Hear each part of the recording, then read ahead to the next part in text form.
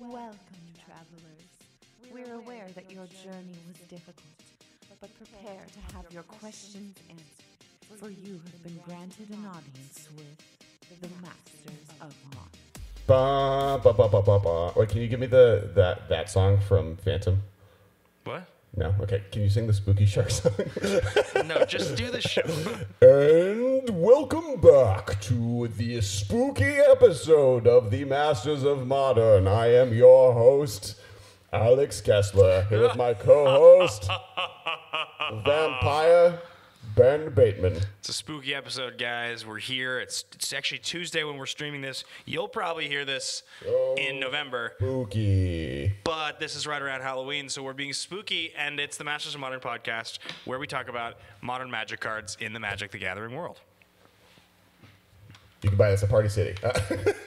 So today on theme, actually we got really lucky. We were like, oh, what should we talk about? And then we looked at this weekend's list, and it was like mono decks that had been murdered at one point. So today we're doing an episode on undead decks in Modern. The undead decks of Modern, which means decks that Wizards has tried to kill. Not zombie decks. And that have come vampire back and continue to chart. Thank you very much. And it's inspired by the fact that the Charlotte Open this last weekend was won by Amulet Titan, and the second place deck was also Amulet Titan, a deck that at one point we all thought was going to be dead. There's no one streaming. What happened? Did we lose the stream? What do you mean there's no one streaming? We have the big side 0 here. There's a bunch of people in the chat. No, weird. Let's not stop recording here. Also at the SAG Classic, Infect got 8th place. It was, wait, let me see. Dredge was 6th. Oh no, it didn't get 8th. Infect was 13th. And at the Open, it was 13th. It was 13th on both. And since it's Halloween and the number 13, all things pointing in this direction. It's a spooky episode. It's a spooky episode. So this is the Masters of Modern podcast. That is Alex Kessler. Who did that part? I was in a spooky voice. We're now at the part where we tell people that you can find me at Twitter at Kess Wiley. Thanks for the cue I was giving you. You can also find me at Ben Bateman Media, Twitter and Instagram. You can find the podcast at the MMCast. And if you happen to be listening to this or watching this, or both, we have a YouTube channel, guys. It's the MMCast. That's where we put this up every single week. We do video now, and as we speak, we are 2 subscribers shy of hitting the first 2,000 people to subscribe to this channel, which is exciting for us. You could be the 2,000th person during this show. So if you're listening to this or watching this, or maybe you're streaming this but you don't subscribe, go subscribe. Be the 2,000th person. You'll be awesome. Those are, I think, the initial shout-outs we're going to get into. So I suggest we get into the weekend results. There was a Classic, and there was an Open. It's kind of what today's episode's about. But yes, you go, give us a breakdown. So the Open in Charlotte was won by Amulet Titan. It was an Adventurous Impulse list. So the second place list is a little different, but Amulet Titan is a deck classically, a lot of you guys probably already know about, but it was a deck originally that played Summer Bloom and Amulet of Vigor. And the idea was that you would play a bunch of bounce lands, they would come into play, a trigger would untap them, you'd tap them for mana, you'd get way, way ahead and do cool things, like play Primeval Titans and things of that nature. When they banned Summer Bloom, that deck seemed like it was dead. It's not. It's played with 4 copies of Azusa, Lost, but Seeking now. Azusa is a 1/2 for 3 from originally Champions of Kamigawa, maybe. Are you having too much fun? I love Halloween. And it allows you to play 2 additional lands on each of your turns. So, yeah, there's 2 versions of this deck that were in the top 2 of this tournament. Also, you've got Titan Shift in 3rd, Azorius Control in 4th, Storm in 5th, Jund in 6th, Bant Spirits in 7th, and Is It Wizards in 8th, which is pretty sweet. Is It Wizards? Is it? Yeah. That deck's dope. I'm having a lot of fun today. And then the SCG Modern Classic was run by Gruul Land Destruction, also known as Panza, with Mardu Pyromancer taking in 2nd place, then Mono Green Tron, Azorius Spirits, Humans, Dredge, Mono Green Tron, Elves, and then, as I mentioned, Infect down in 13th. Gamebox is pointing out to us that he's pretty sure Storm is an undead deck. You're absolutely right. It's on our list. We have a list. We have a whole list of decks we're going to talk about. We have 10 decks we're going to talk about. Some of them, and we're also going to break out like what movie trope those decks most fit in their undead status. So are they a Freddy Krueger? Are they an alien? I'm just finding out about this right now, the same as you guys. So. Well, that's just what we were talking about in the pre-episode, so we'll probably be doing it regardless, even if we didn't want to, and we weren't making an official thing. We have 10 lists we're talking about, and since we're there, and we're on the fact that it won. Let's talk about Bloom. Okay, sounds good. Let's talk about that version of Bloom. There's two versions here. William Pulliam wins the first one, and Austin Roberts plays the second one. So big differences here.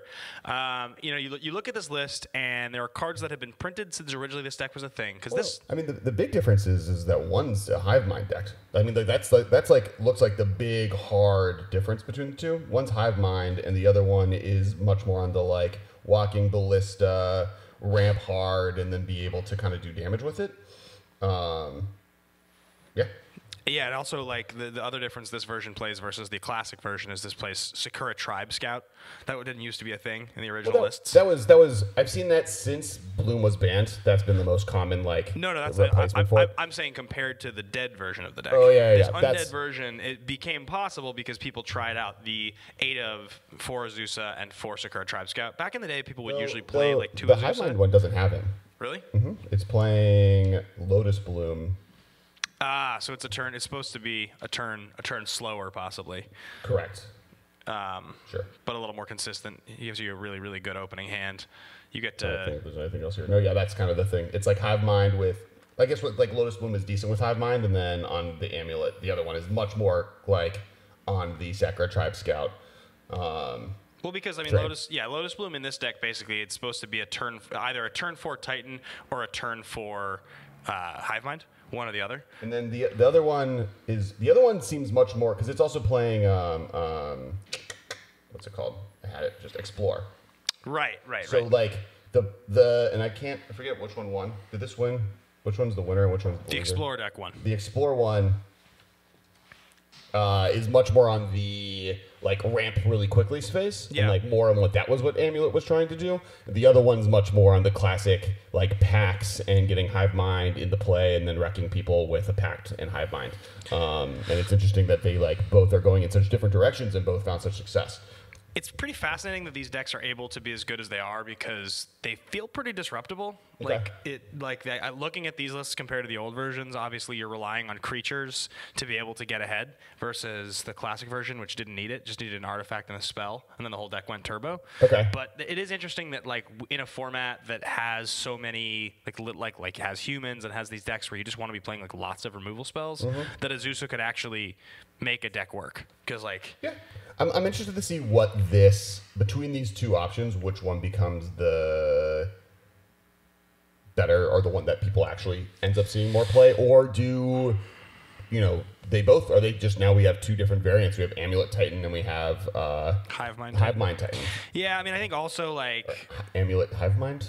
The other like reality to this deck is that it's Amulet Ramp and Amulet Combo would be the two different names. Yeah, continue. They just have different win conditions. I mean, same heart of the deck, but they are constructed a little differently. What I was going to say is like it's very similar to Storm in the sense that your whole deck is constructed to resolve one of these like turbocharge cards and then go off. So with Storm, it's like if you can keep one of your mana accelerants on the table, you'll probably win. Yeah. In this deck, it's like if you resolve Azusa and untap, you have a pretty good shot at winning. But if they kill Azusa and you draw another one, play it and untap, you'll still probably win. And so that becomes the cat and mouse game of these decks. Well, it's also it's a little bit of the Tron problem as well, I guess, where it's like I'm going to spend my time slowing you down, but if I'm not killing you, eventually you're just going to get to 6 mana. Like there's an end goal of I'm just going to win by casting a Titan. Even if you are able to stop me in my early turns from going off. Primeval Titan's really good. Speaking of which, the third place deck at this tournament was Titan Shift, which is a deck that we've seen come in and out. I think we've seen it come in and out. This version. Yeah, that deck's not undead. At best, it was like. Well, we're just talking about the Zachary Binks of this conversation. Zachary Binks. Zachary. What are you talking about? Oh wow, Hocus Pocus. I never saw it. He's the cat. In Hocus Pocus. You've never seen Hocus Pocus? No. Wow. That feels like a thing that you're going to lose on trivia at some point on. Hocus Pocus? Yeah. Is that a movie that I need to know about? I mean, I know what it is. Yes, it's like very famous. But so basically there's a cat at the beginning that's like undead and been around for a while. I'm like comparing it because it like came back to life due to the Valakut unban. Okay. And it just existed. Directed by Kenny Ortega, starring Bette Midler. Lovely. All right. How do you not know what Hocus Pocus is? I know of it, but if you were to be like, who's in Hocus Pocus, I think I would have struggled. Well, look, I mean, the cast is like really kind of insane. Well, Bette Midler and Sarah Jessica Parker. Yeah, okay, that's fair. It's fine. What's her face who disappeared? The entire internet of the world is unhappy with you. Okay. Alex is obsessed with Bette Midler and Sarah Jessica Parker, Halloween. apparently. Ben hates Halloween, everyone. Give him crap for it. All I right. hate fun, okay? Yeah, that's what it that's is. true. I'm a Grinch. All right. Give me Christmas. Next is Infect. Number 13th in both tournaments. Spooky. Infect's kind of been making a comeback recently in general. I mean, like, Amulet was the big kind of story this weekend where it was not around and now is back, where Infect has kind of been, like, on the outskirts of every tournament for the last couple weeks, and Spellskite's back. I think Blossoming Defense and it just being adopted is a big reason for this. Like, I don't think there's anything else in here that really is like more than just like the metagame is finally back to where Infect is good. Like with Dredge being good and like humans maybe on the downturn, like gives it like the ability to kind of just like get into people. Infect had picked up steam like a year ago. It's been like a little bit here and there for a while. It's won some tournaments. It doesn't have the turbo version that it used to have. It's just a little bit more. It doesn't feel as landslidey. Like you don't have hands with this deck anymore where you can draw them and just like poop the win. Like they still have. I feel like that's untrue. Like the big thing, like because the reason Infect died was Fatal Push and Gitaxian Probe, both one being printed and one being banned in the period of 2 weeks. Right, but I'm saying I think the original version, when they didn't have that removal spell and you had a free spell to make your Become Immense cheaper, to know what's in their hand, to know that you could just literally go for it on turn 3 if you needed to, it's not that simple anymore because you don't have the free information of Gitaxian Probe, and it's more likely you're going to run into a removal spell. So you have to bide your time and set up a little bit more carefully, which I think makes the deck about a turn slower. Sure, okay. I mean, I agree that it's a turn slower. I think part of it's just like, up until very recently, like we were in a Death Shadows world, and then that was followed by a Jund world over the summer, and then that one was followed by a blue-white or blue-red, white-red control summer, and then now we're in a world where all those decks are bad because Dredge is arguably the best or second best deck in the format, and so and now everyone's pumping, Graveyard Root hate, but Infect's great in a world where someone's trying to just like attack on turn 4 with a bunch of 3/3s on the ground. And it being able to be kind of in the air or unblockable is like, and just like, oh, I win because you don't have removal spells. Yeah, I mean, is like puts in a really good spot. It's powerful, no question. And it's definitely an undead deck. Would you say Fatal Push or Gitaxian Probe were more responsible for killing Infect during its 1980s run of being an iconic horror series? Fatal Push was definitely more responsible for killing it. Okay, so you think Wizards was less murdering it straight up with a banhammer and more just like accidentally a bus hit it? Like, I think Probe made that deck great, and it made it faster.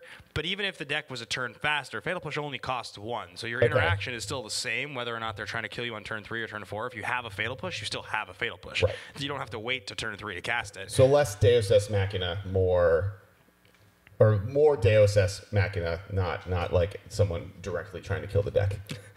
You're really leaning into this hard. We're doing a spooky Halloween episode. Otherwise, we're just talking about 6 decks that got card banned and are still around. All right. Next on the list, Birthing Pod, now known as Counters Company, previously Collected Company. This actually has kind of fallen out of favor. I mean, of the... I feel like this is more Nightmare on Elm Street, where like it was a big iconic thing, but now when you go look at it, it's kind of cheesy and doesn't really fit with kind of the metagame of what's going on in horror. But yeah, it's definitely always survived. I mean, before it was Maliar combo, and now it's become much more about the elf that I'm forgetting the name of. Devoted Druid combo. Yep. Thoughts? What does the metagame need to look like for this to be a better deck? It's pretty resilient. When are we getting a Birthing Pod reboot? Yeah, this deck is pretty resilient. Rob Zombie coming out and remaking it. This deck's pretty resilient to basic removal. Path is really good against it. Traditional Burn or like Fatal Push is not as good against this deck.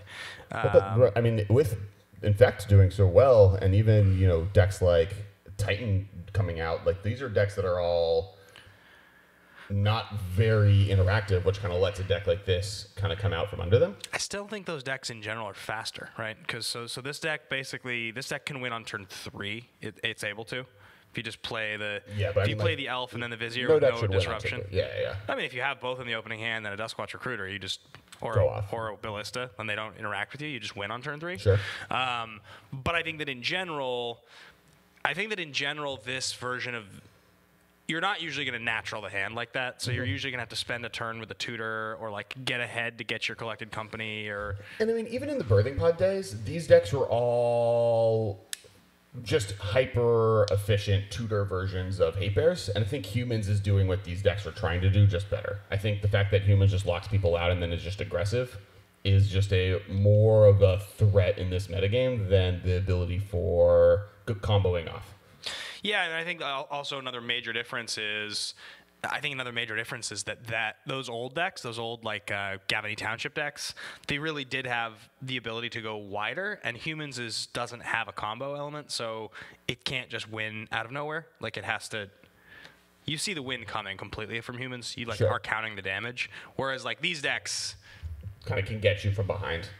Yeah. I mean, this deck, you can feel like you're ahead. You're a couple turns away from closing it out, and they just like top deck collected company and beat you.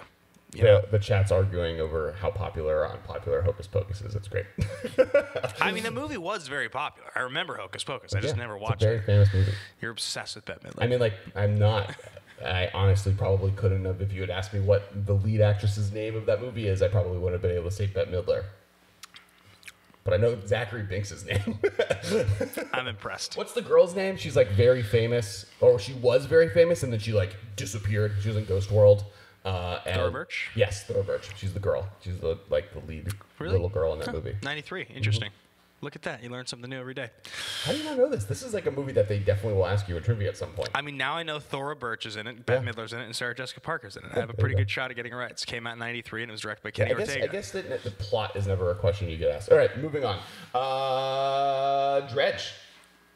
Dredge is probably the most emblematic of this episode, being a graveyard-themed, undead, vampires, zombies, and spirits deck. It has all 3 of those card types in it. And Dredge is in a weird place with this list because Dredge started out the format. It started out the format like not really a deck. Then in the history of Modern? Yeah. Dredge was originally more of a Vengevine deck that like wasn't really doing anything and couldn't make it happen. And then they unbanned Troll. It still didn't do anything. Then they printed Prized Amalgam, and it immediately became very much a thing. And then it's been a thing since then. They had a ban, Golgari Grave Troll. That's the bullet that we're talking about. And but there's 2 versions of Dredge now that are decks. There's like there's the Vengevine version with like Gravecrawler and Gargadon. Not Dredge. That's Vengevine. In the sense that doesn't really like. Yes, I think Loam is in that deck, but like the mechanic of Dredge isn't the key feature of it. Versus like. I think it's important to keep those distincted from each other because one is about playing creatures and being an aggressive deck that eventually mills itself accidentally, getting Vengevines into play and winning off of it. The other one is I'm turboing cards and Narcomoebas and Prize Amalgams into my graveyard so that I get a bunch of free stuff on turn 3 and attack wide, which is what Dredge was in Legacy and has been since the deck existed. Vengevine's game plan is just a different beast. Right, it's more of a like sacrifice triggers, replay things deck. Yeah. Yeah. But I mean, the thing with Dredge just being back is it got a lot of pieces between Creeping Chill. I mean, just Creeping Chill has brought it back. Like Creeping Chill is insane. It allows the deck kind of to go off, like, you know, there's a really interesting thread on Twitter of Zach Elsick kind of calling everyone out of like, why are you playing Ancient Grudge in the sideboard when you really at this point you just want Assassin's Trophies? Because what are you really flashing back Ancient Grudge to kill that hurts Dredge in the format? It's not Affinity. Affinity is no longer a relevant deck. Like it hasn't. It's like not. Which means that everyone should be playing Affinity next week. Is blowing up Cage the most important thing? Nothing in the deck. Ancient Grudge gets stopped by Cage, so you don't get to cast Ancient Grudge. Oh right, you can't cast it to target the Cage. Correct. So the Cage doesn't do anything there. You're not fighting off, which is why Assassin's Trophy would be better in that situation. You're not fighting off Bridge from Below. Not Bridge from Below. Ensnaring Bridge. Yep. A, trophy's better against them. B, your Creeping Chills now just go over. Like between Creeping Chill and Confederate, you can kind of just ignore the bridge. So like, why play Ancient Grudge? And yeah, he's right. I agree with him. I think just Assassin's Trophy is better here. I mean, yeah, it is because it's more versatile and it gets anything and it's cheaper. I mean, they're playing one in this list that top 8 at the Classic, I believe. Ross Merriam's list. Correct. Where'd it go? I had it. Dredge. They played 1 Ancient Grudge on the side and 2 Assassin's Trophies, so they're doing a 1-2 split, which I think is probably correct. And then they play Nature's Claim. Like, his point also is just like Nature Claim is better in the sense that Nature's Claim I like, because Nature's Claim costs 1 and is fast. Assassin's Trophy I like, but it does cost 2.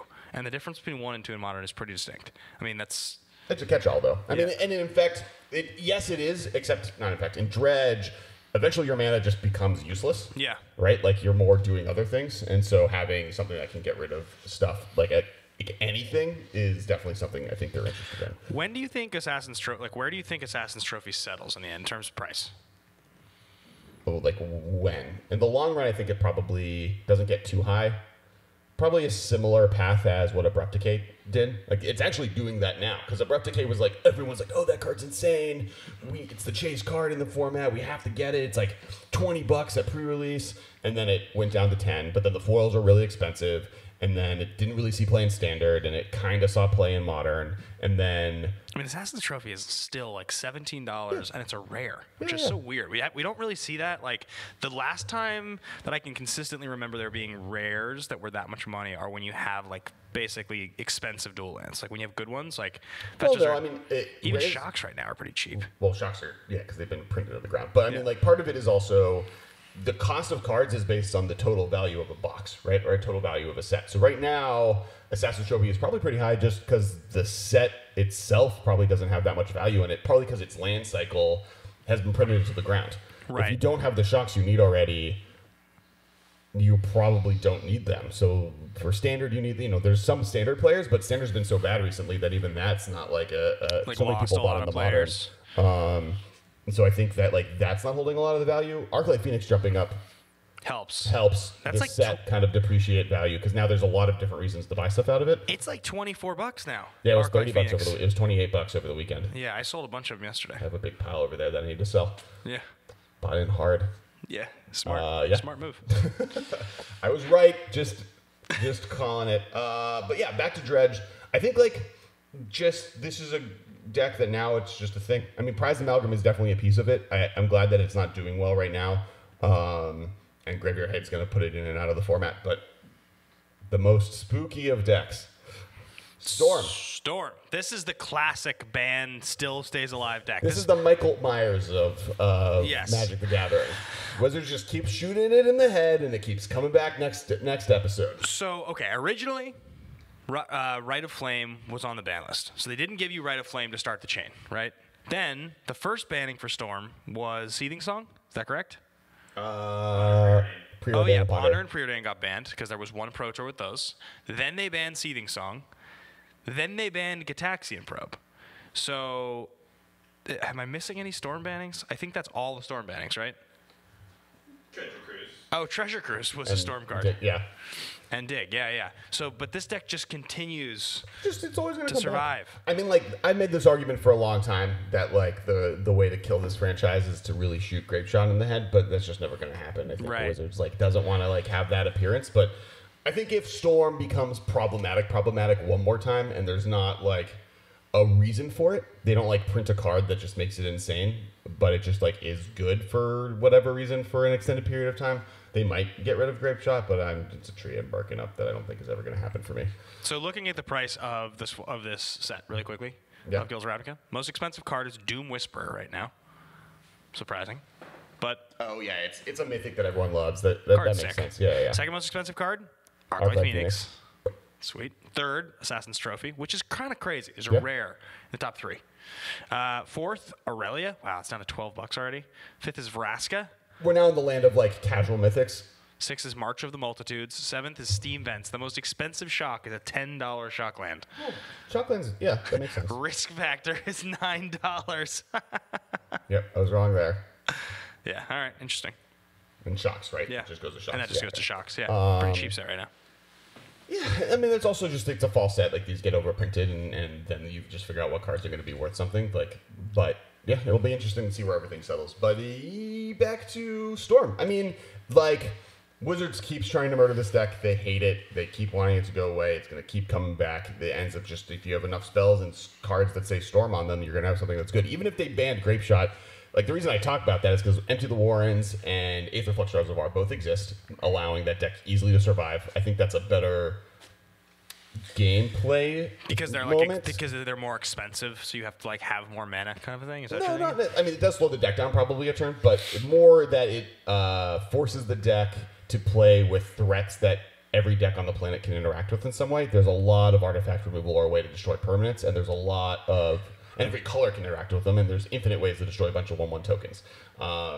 And so that puts a lot of people in a world that they can fight with that. You can counter those spells now. You can, board wipe. You can play something that makes it so they can't attack you. You can, like, there's different ways to interact with those because they're on the board. Versus Grape Shot, which is just, I die. Right. If I don't have a counter spell or a discard spell, and even if I have a discard spell, it goes into your graveyard, and this is a deck that can get stuff back from its graveyard, so I die.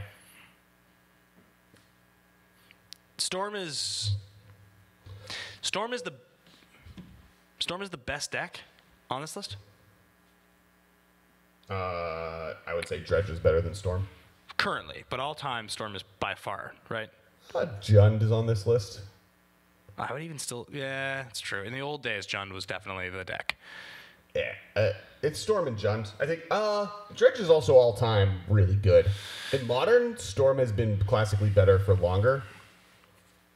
But in history, all three of them are like... In Modern, I'm saying. In Modern. In Modern, sure. I'd say Jund's the best deck on this list. Yeah, Jund has been a top deck in Modern for much longer than Storm has. Fair. Yeah. All right. Next, KCI, otherwise known as Eggs. Yeah, so you guys, a lot of you guys know about this deck recently. It's had a big moment in the last 6 months. Yeah, so like these Eggs were hunting down Sarah Connor, and then Wizards showed up in a time bubble and both killed the Eggs, but then also with Sarah Connor had a child that eventually became KCI.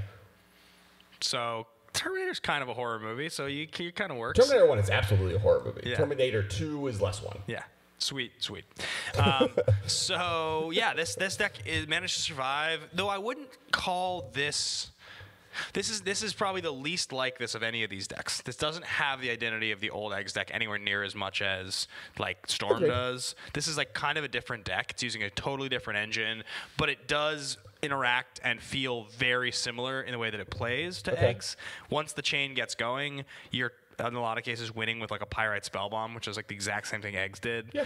You're not playing a lot of the same cards, so like instead of like Reshape, Elsewhere Flasks, like things like that, you are playing an Ironworks. You have like Scrap Trawler was printed. Yeah, I think like the idea behind them being the undead version is it's more about like, and that's kind of like why I like the Terminator reference, other than the fact that it's artifact theme, is that like in the second movie when the Terminator comes back, he's a good guy, right? Like, and the other one's like a totally different type of robot. It's like a liquid metal, like functioning thing. But they're both about getting a bunch of artifacts in play, sacrificing them, bringing them back, and then looping that chain until you kill an opponent. And I think that's where the comparison comes from. Yes, they're very similar in that sense. I mean, especially since like the deck egg. Sorry, I interrupted you. Go on, go. If you think about it, in the old version, you had a bunch of mana rocks and artifacts to draw cards that you were trying to draw cards off of, and by resurrecting. And to do that, you played the card Second Sunrise, and you just had like a weird interaction with that card. That card got banned, so to generate the exact same kind of engine, you had to replace it with something. And Scrap Trawler and KCI. KCI. And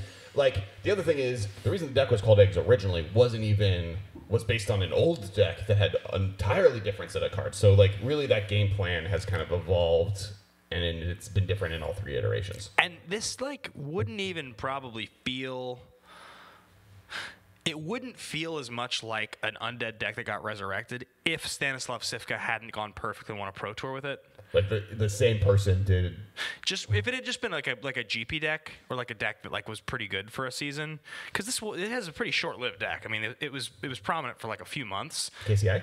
No, Eggs, the original version. Yeah, it was like a 6-month period of time. It's just he happened to win a Pro Tour with it and get a lot of screen time. So then it seemed like a much more of a menace. But this wasn't like Storm, where it was good from the beginning, and then. Well, we have we have villains like that where there's like one movie, like they were like the worst thing, and then they killed it, and then it's like, I mean, there's decks like that at Stay Dead. I mean, we're going to talk about Eldrazi. Titan is that. I mean, Titan was good for a season. Yeah.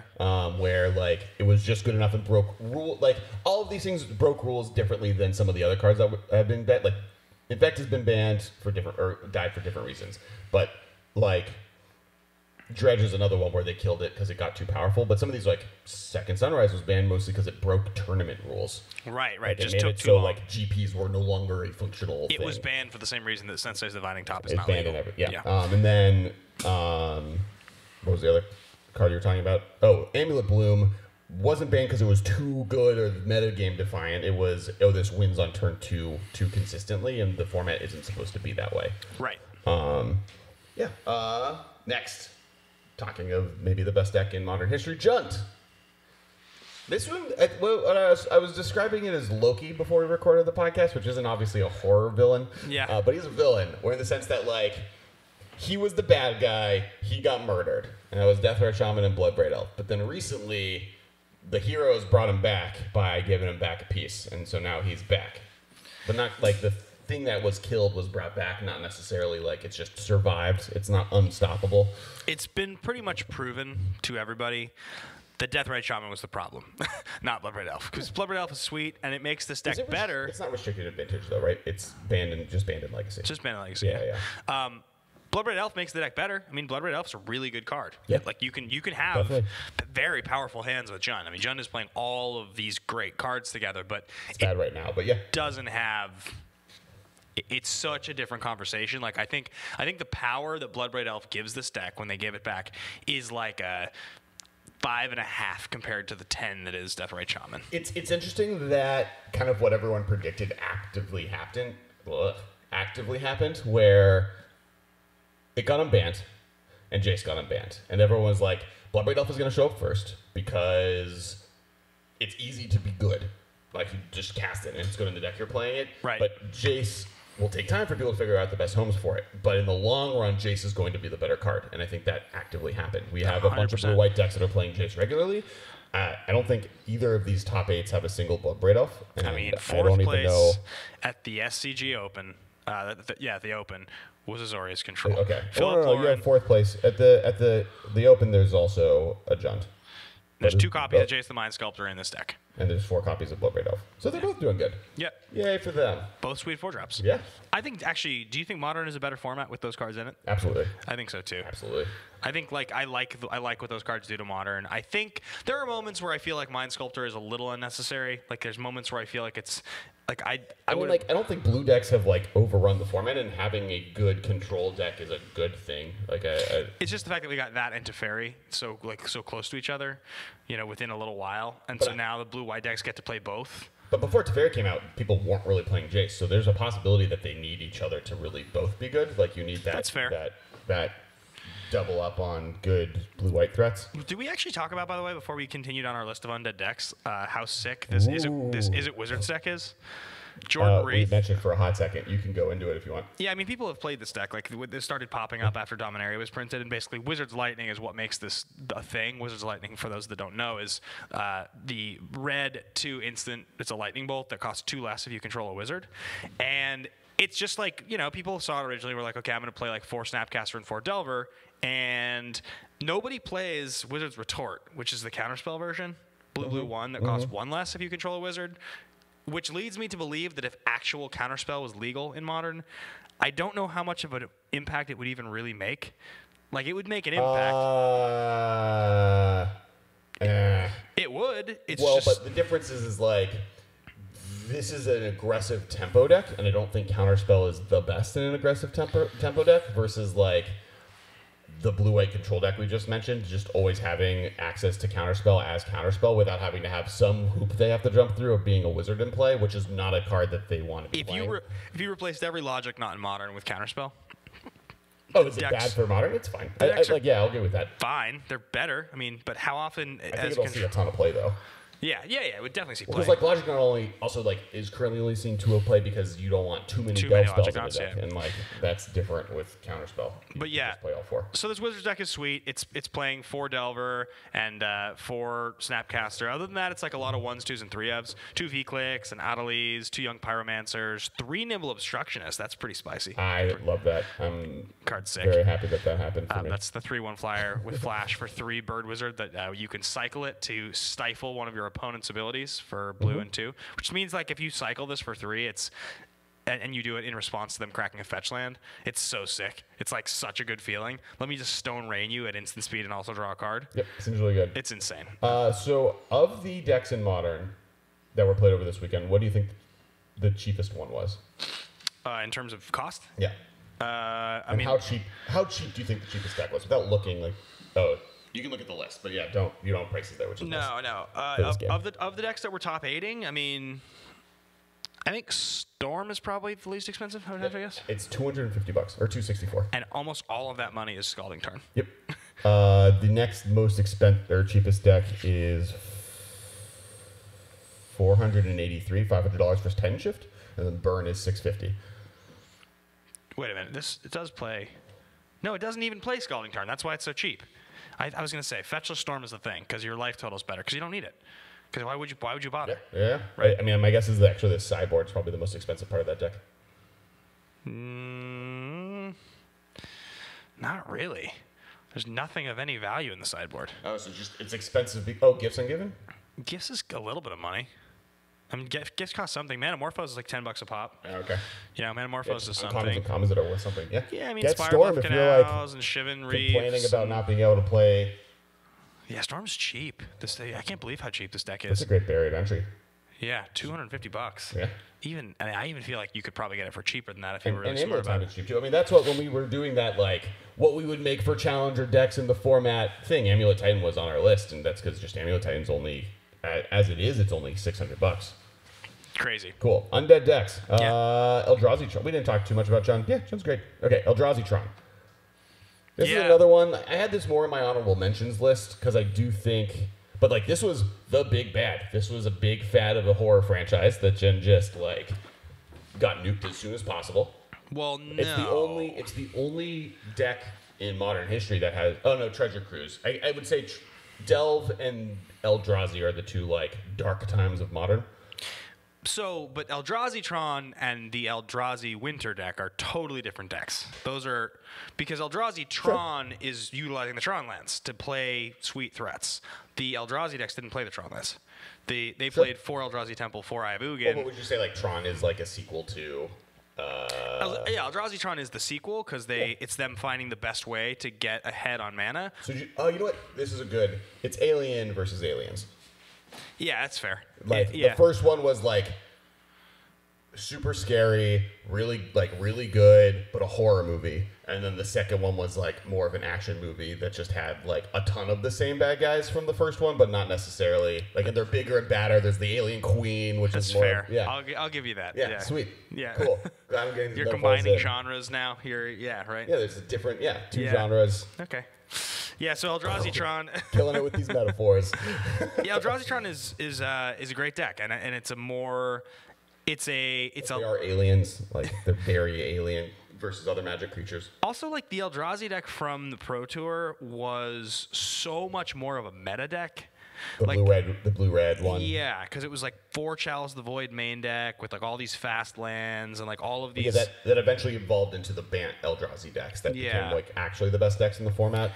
Yeah, so it's like it's a different deck. It's just that original deck was so tuned and so specific to that Pro Tour, like brand new cards, let's abuse all these new things, that it almost in some ways feels like it didn't happen, but it did because it won a Pro Tour. It got like how many slots? 7 of the top 8 slots of that Pro Tour? It was something insane like that, yeah. I think it was 6.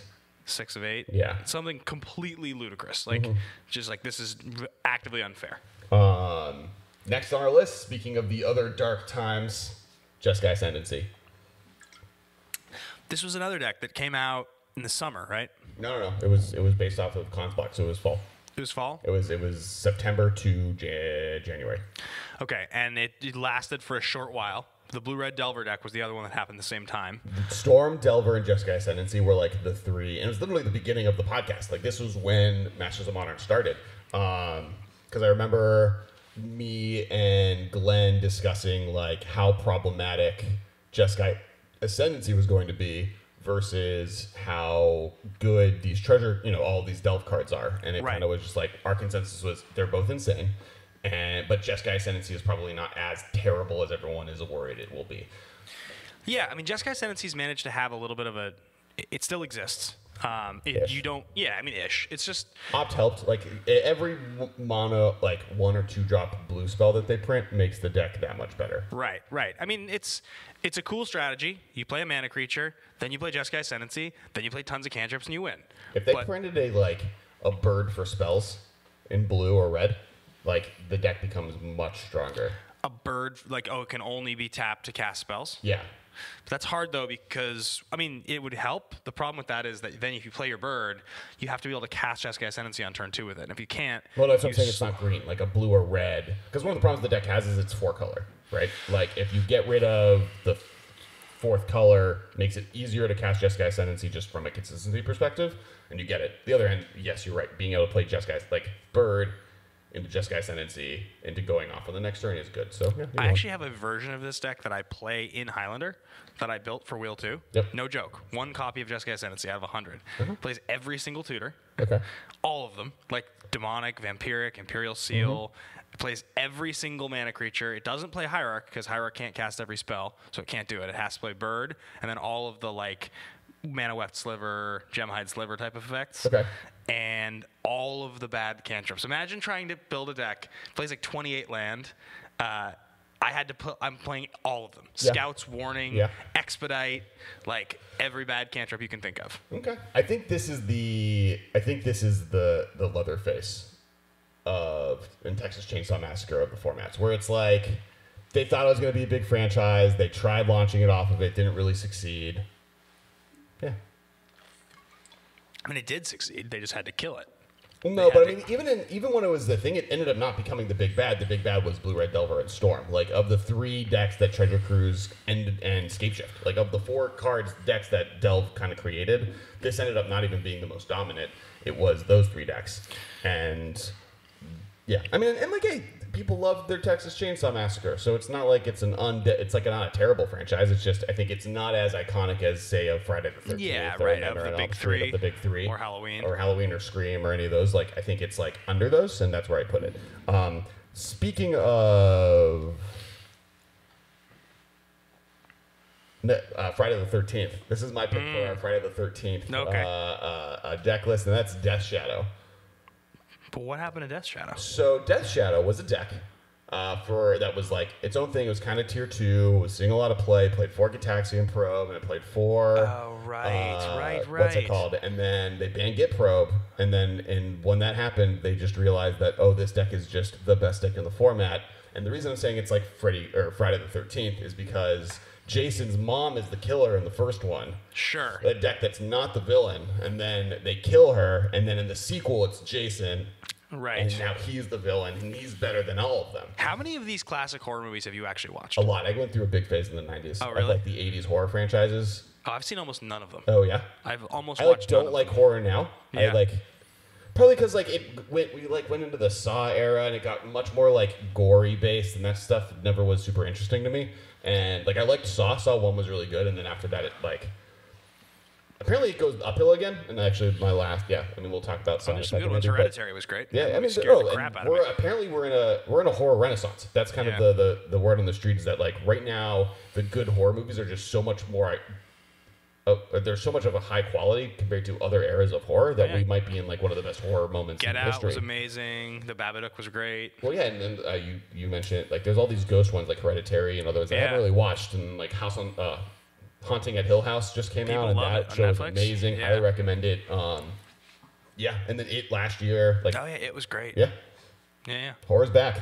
Because it's Halloween. Spooky shark. Death Shadow. I mean, that was kind of the thing with Death Shadow. It was like a tier 2 deck that once a card got banned out of it, it came back as a format defining. We spent 6 months telling everyone that cards shouldn't be banned out of the deck, or questioning if there needed to be a card banned. What should it be? Because the old version was like Forget Probe with Teamer Battle Rage, Yes, right? right. And it was just trying to all in Get you, 'em. like one shot you. And then they were like, actually, we'll just Play Jund with the best threat in the format, which is like a 12-12 for one. The addition of 4 Traverse the Ulvenwald and like Thoughtseize. yeah, we'll just double down on these hand disruption spells, and yeah, for sure. Yeah, I think that's like there's some good metaphors in here. Some of them are looser than others, but I'm happy with that one. And then the last deck I have on this, it's technically 11 decks, is Tron, and this is like an early, like I almost want to say maybe Romero, or like a Hitchcock kind of situation. Why do you think Tron's on this list? Because of Ayavugan, or No. Well, Ayavugan I think is, and I'll describe the Ayavugan since I had a good metaphor for that. But no, it's the Locust Lands. oh, the Cloud Post Yeah, lands. so Cloud Post was the deck that was trying to play Emrakul and Eldrazi and ramp those out with colorless lands. The first Pro Tour, right? The first Pro Tour, and then they banned Locusts out of the ground. Yeah. And Tron is what came out of that. This is very early on. That's what it's like, looking like a Hitchcock kind of situation, where it's like very early horror before all these other franchises came around. Before the what's his name? Who made Scream? Wes Craven? But yeah, before Wes Craven and Sam Raimi kind of got involved, like that era. Yeah, that's happened. So everyone, that was, I mean, it was, thank God. And then the Ayavugan thing. Ayavugan feels more like in the movie when the villain has like the knife to another hero's throat, and like a cop's got a gun on them, and then they decide to like shoot the person through the shoulder to like kill the guy behind him. Yeah. It's like, a good move. It's a classic. Ayavugan was the shoulder out Okay. of Tron to kill the Eldrazi, holding Tron hostage. It didn't really affect Tron very much. Yeah, no, Tron's They didn't been really fine. care. Maybe even not better, but like it's been great. Yeah, it's been more consistent. Yeah, I mean, because yeah. what the one Ayavugan and Tron decks was like, so that late game you could just like search up Emrakul and win. Yeah, you just, no matter what, you're not going to lose the control. Like, Yeah. You're going to have a 15-15, all of the other text on Emrakul that I don't want to really go through. Yeah. How long is the episode, Michael? I think we're in the 50 plus minutes range. Cool. I think that's it. So Anyone on the chat before we finish off have any good movie metaphors for decks? We'll see if that happens. But while they're getting us information, make sure to subscribe on YouTube. If you're watching us right now, there's a subscribe button like hereabouts down that way. if you click it, you'll be the 2000th subscriber. Inverted. Oh, that's interesting. No, it's not here. That's hard because the app. Wait, is it over there? I don't know. Oh, there. Now it's there. Yeah, that way. Subscribe. Or like the episode. Yeah, and leave a comment. make sure to comment. Yeah. With your thoughts below. That'd be cool of you to do. And yeah, guys, we have a Patreon, patreon.com/TheMMCast. That's how we continue to grow the show, and we hope to continue doing more for you guys. So please. We're looking to invest in some better microphones, both for the iPad so that the live stream has better sound, as well as here so that we have better sound in general. Make sure to check out the Facebook group. Check us out on Twitter at the MMCast. Check us out on Instagram at the MMCast. I am at Kess Wiley. You guys can find me at Ben Bateman Media. Be sure to check out our sister podcast, The Command Zone, as well as Game Nights. Yep. They're awesome. They just released a new video content series. I forget what it's called. But if you, Extra Turns. Extra Turns, yeah. Right? Well, while you go through stuff, I'm going to look it up because I think that is. I think it's called Extra Turns. I watched some of it the other day. Cool. It's really it's awesome. It's like more content from great content creators. Yeah, they like know what they're doing. Yeah, Extra Turns. Number 1 with Wedge and the Professor. Dope. Yep. So thanks for listening, guys. Thanks for watching. We appreciate all of the support. We'll be back same time, same place next week. All right. KCI is like Saw, overly complicated, gory, and long, but surprisingly good and interesting at the end. Thanks, guys. I agree with that. I was looking for a Saw one. Bye, guys. Talk to you guys later. Bye, everybody. Thank you for your attention. For further inquiries, send an email to the mmcast@rocketjump.com. See you later, alligator.